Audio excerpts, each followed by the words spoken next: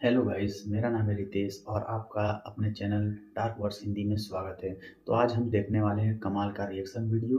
तो चलिए शुरू करते हैं। अगर वीडियो पसंद आए तो आप चैनल को लाइक और सब्सक्राइब ज़रूर करें, जिससे हमें और अच्छी वीडियो लाने के लिए मेहनत करना पड़ेगा। नॉर्थ कोरिया में मिलिट्री परेड की धूम और नारों के बीच इस अजीब माहौल में एक कम उम्र खातून अपनी हल्की सी मुस्कुराहट लिए खड़ी है। ये कोई आम खातून नहीं, ये हैं किम यो जोंग, नॉर्थ कोरिया के supreme leader Kim Jong Un की इकलौती और छोटी बहन।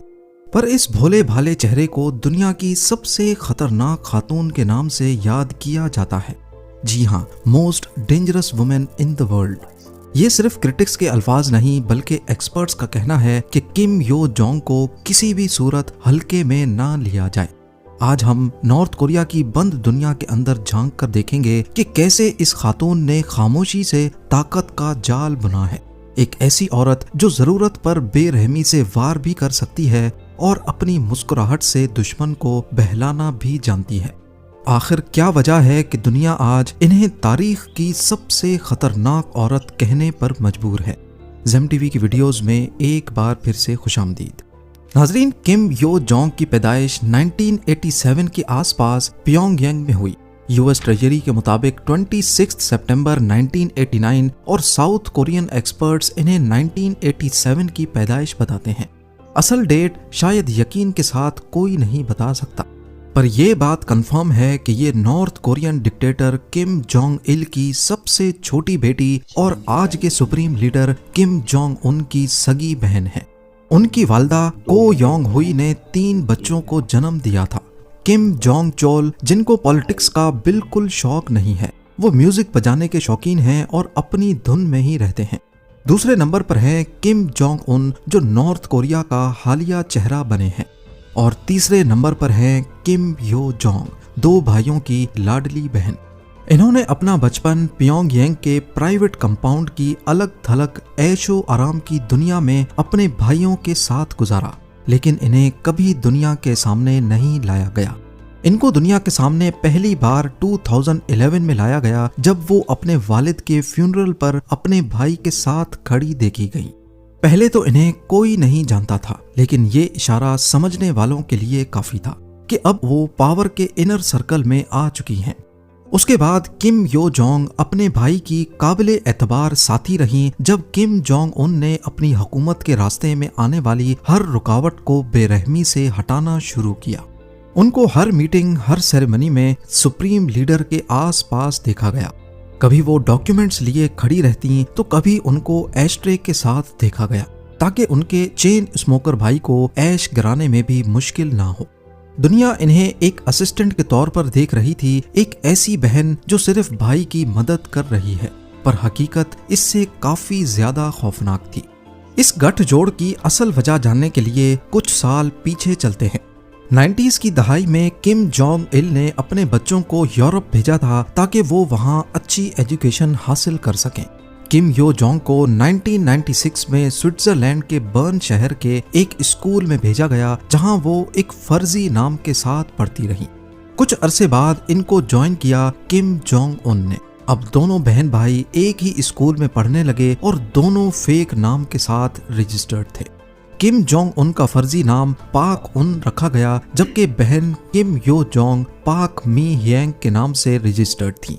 स्विट्जरलैंड में ये आम कोरियन बच्चों के तौर पर जाने जाते थे, लेकिन असल हकीकत कुछ और ही थी। ये दोनों बहन भाई शहर के एक आम से अपार्टमेंट में रहते थे, पर इस अपार्टमेंट को नॉर्थ कोरियन ऑफिशियल्स हर वक्त मॉनिटर करते थे। इनके साथ रिश्तेदार भी रहते थे और अंडर कवर बॉडीगार्ड्स की एक टीम भी। किम जोंग उन के क्लासमेट्स ने बताया कि अपार्टमेंट में बास्केटबॉल प्लेयर्स की फोटोज लगी थी, जो कि शायद किम जोंग उन का शौक था। लेकिन किम यो जोंग को उस वक्त भी काफी हिफाजत में रखा जाता था। कई साल तक इन्होंने कोरियन बच्चों की एक्टिंग की, लेकिन असल में उनके पीछे पूरी स्टेट मशीनरी काम कर रही थी। 2000 में किम यो जोंग वापस नॉर्थ कोरिया आ गई। 2007 में उन्होंने प्योंगयांग की किम इल संग यूनिवर्सिटी से कंप्यूटर साइंस की डिग्री हासिल की और इसी साल गवर्नमेंट की वर्कर्स पार्टी में एक जूनियर ओहदा भी अपने नाम कर लिया। पहली बार इनको अपने वालिद के फ्यूनरल पे 2011 में देखा गया। उसके फौरन बाद 2012 में इनको नेशनल डिफेंस कमीशन में टूर मैनेजर के तौर पर चुना गया। ये कोई मामूली पोस्ट नहीं थी। इनके पास जिम्मेदारी थी अपने भाई के ट्रेवल की। किम जोंग उन को कहाँ जाना है, किस रूट से जाना है, कब जाना है और साथ में क्या क्या जाएगा, ये सब किम यो जोंग ही मैनेज करती थी जब वो सिर्फ 23 साल की थी। यहाँ तक कि किम जोंग उन की सिक्योरिटी को भी यही प्लान करती थी। 2014 में पहली बार नॉर्थ कोरियन मीडिया ने किम यो जोंग का नाम ऑफिशियली डिस्क्लोज किया जब उन्हें वर्कर्स पार्टी के प्रोपेगेंडा एंड एजिटेशन डिपार्टमेंट का वाइस डायरेक्टर बनाया गया। ये है तो एक मीडिया डिपार्टमेंट या फिर मीडिया विंग, लेकिन इसका असल काम प्रोपेगेंडा करना और यहाँ की आवाम को अपने लीडर के बारे में मुख्तलिफ नजरिया दिखाना है। 1 साल के अंदर अंदर वो खामोशी से इसी इदारे की असली मालिका बन गई। बेशक कागजों में कोई और बड़ा ऑफिसर था, लेकिन चलती सिर्फ किम योंग की ही थी। इनके पास प्रोपेगेंडा चीफ का ओहदा आ चुका था। नॉर्थ कोरिया जहां मर्दों का राज रहता है, वहां एक खातून का इतने बड़े ओहदे पर पहुंच जाना किसी मौजज़े से कम नहीं था। प्रोपेगेंडा मशीन की लगाम हाथ में लिए किम यो जोंग ने अपने भाई की पर्सनैलिटी को दादा किम इल संग की तरह मजबूत बनाने की कोशिश की। इस वक्त तक वो नॉर्थ कोरिया में जुल्म की उतनी ही जिम्मेदार थीं जितना किम जोंग उन थे, क्योंकि इनको नॉर्थ कोरिया में सुप्रीम लीडर से ज्यादा ताकतवर समझा जाने लगा। तभी 2017 में यूएस ट्रेजरी ने किम यो जोंग का नाम अपनी सैंक्शंस लिस्ट में डाल दिया। फरवरी 2018 में ये दुनिया के स्टेज पर तब चमक उठी जब वो विंटर ओलंपिक्स के लिए साउथ कोरिया गई। विंटर ओलंपिक्स को साउथ कोरिया ने दुश्मनी खत्म करने के लिए इस्तेमाल किया और नॉर्थ कोरिया को भी दावत दी। 1953 की कोरियन वॉर के बाद ये पहली बार था कि नॉर्थ कोरिया के शाही खानदान का कोई फर्द पहली बार साउथ कोरियन जमीन पर कदम रखेगा। इस हिस्टोरिकल मोमेंट पे किम जोंग उन की जगह उनकी बहन गई। स्पेशल जहाज जब साउथ कोरिया के प्योंगचैंग में उतरा तो ये दुनिया की मीडिया के लिए एक हैरत अंगेज मंजर था। इस मौके पर किम यो जोंग ने दुश्मनी में भी दोस्ती की शानदार एक्टिंग की और उनकी मुस्कुराहट मीडिया की अटेंशन बन बैठी। उन्होंने नॉर्थ कोरिया का एक सॉफ्ट इमेज दिखाया, साउथ कोरियन लीडर्स के साथ डिनर किए, उनको अपने भाई का सीक्रेट लेटर दिया। दुनिया को ये मैसेज गया कि शायद अब दुश्मनी खत्म हो गई है। लेकिन एक्सपर्ट्स का मानना है कि ये सब एक ट्रैप या प्रोपेगेंडा का हिस्सा था।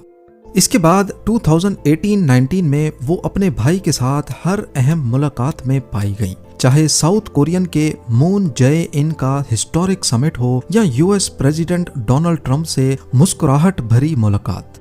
हर जगह वो साए की तरह किम जोंग उन के पीछे पाई गई, ये यकीन बनाते हुए कि हर तस्वीर और हर खबर में बड़े भाई का इमेज फायदेमंद रहे।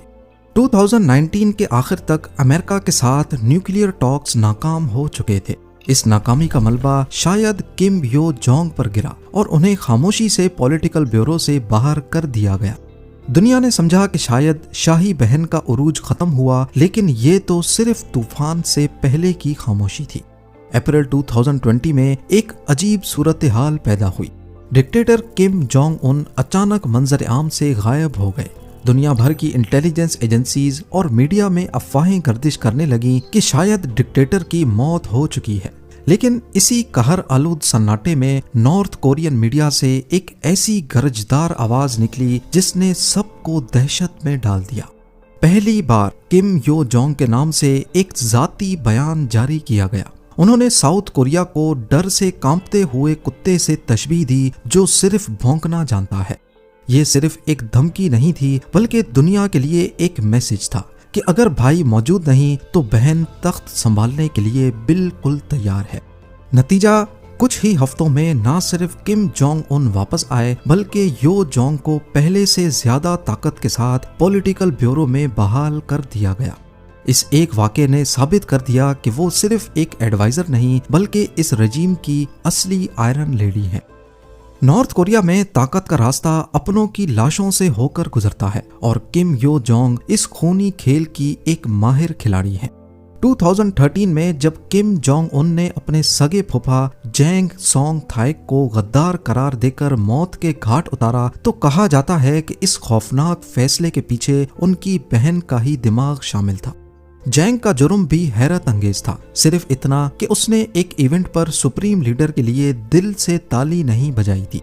इसी तरह 2017 में किम जोंग उन के सौतेले भाई किम जोंग नैम को मलेशिया के एयरपोर्ट पर जहर देकर मार दिया गया और दुनिया इस कत्ल के पीछे सीधा किम रजीम का हाथ मानती है। रीसेंट रिपोर्ट्स के मुताबिक नॉर्थ कोरिया में कुछ हाई रैंकिंग गवर्नमेंट ऑफिशियल्स को मौत की सजा सिर्फ इसलिए दी गई क्योंकि उन्होंने यो जोंग के सामने रिस्पेक्ट में पेश आने में थोड़ी देर कर दी थी। जून 2020 में किम यो जोंग के हुक्म पर नॉर्थ कोरिया ने साउथ नॉर्थ लिएजॉन ऑफिस की बिल्डिंग को धमाके से उड़ा दिया ताकि साउथ कोरिया को सख्त सबक दिया जा सके। ये बिल्डिंग दोनों मुल्कों के बीच दोस्ती की आखिरी उम्मीद के तौर पर काम कर रही थी।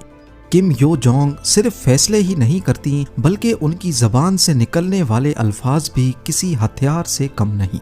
उनका लहजा उन डिफेक्टर्स के लिए निहायत ही गलीज है जो नॉर्थ कोरिया छोड़कर भाग चुके हैं। उन्हें वो इस्कम और गलीज कीड़े कहकर पुकारती हैं और खुलेआम धमकी देती हैं कि उन्हें इस गद्दारी की खौफनाक कीमत चुकानी होगी।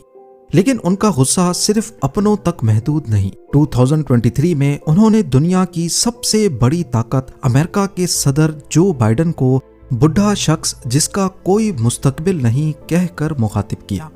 सिर्फ यही नहीं, उन्होंने साउथ कोरिया के प्रेसिडेंट को अमेरिका का भूखा कुत्ता तक कह डाला।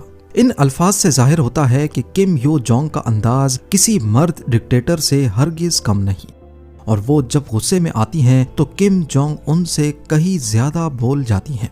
आज किम यो जोंग को नॉर्थ कोरिया की डिफेक्टो नंबर 2 लीडर समझा जाता है। वो मुल्क की सबसे ऊंची डिसीजन मेकिंग कमीशन की मेंबर हैं और अपने भाई के साथ मिलकर हुकूमत चलाती हैं। ऑफिशियल तौर पर वो प्रोपेगेंडा चीफ हैं मगर हर पॉलिसी और फैसले में उनका गहरा दखल होता है।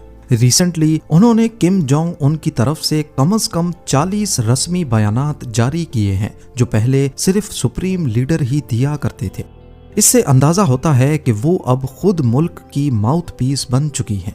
कई एक्सपर्ट्स उन्हें नॉर्थ कोरिया की फीमेल को डिक्टेटर करार देते हैं।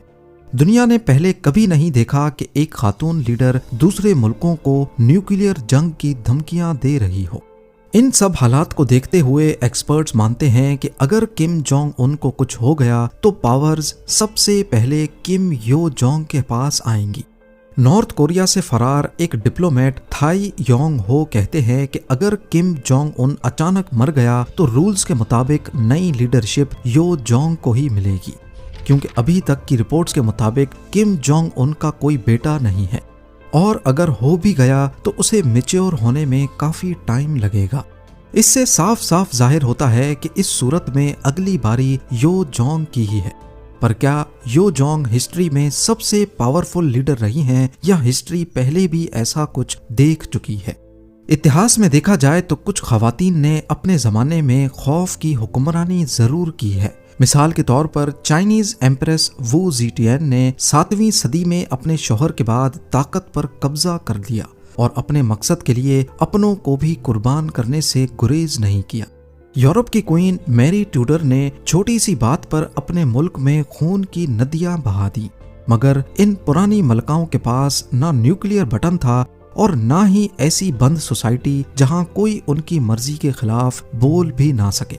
आज किम यो जोंग के पास ये दोनों चीजें मौजूद हैं, इसीलिए बहुत से लोग मानते हैं कि वो वाकई दुनिया की सबसे खतरनाक औरत बन चुकी हैं।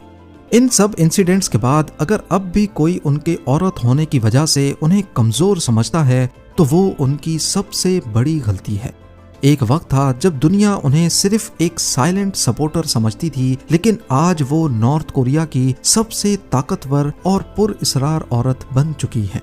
सवाल ये नहीं है कि किम यो जोंग कितनी खतरनाक है, सवाल ये है कि अगर कल को किम जोंग उन मंजर से हट गए तो क्या दुनिया पहली मर्तबा एक लेडी डिक्टेटर का सामना करने के लिए तैयार है?